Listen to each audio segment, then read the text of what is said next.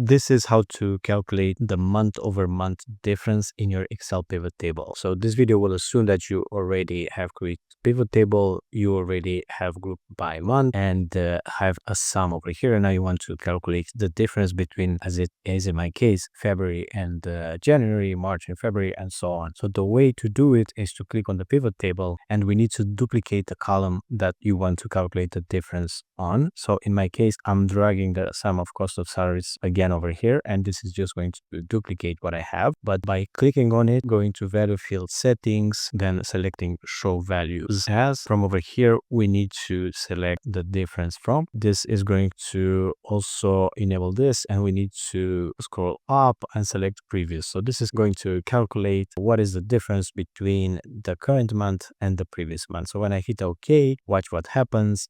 We get new values over here.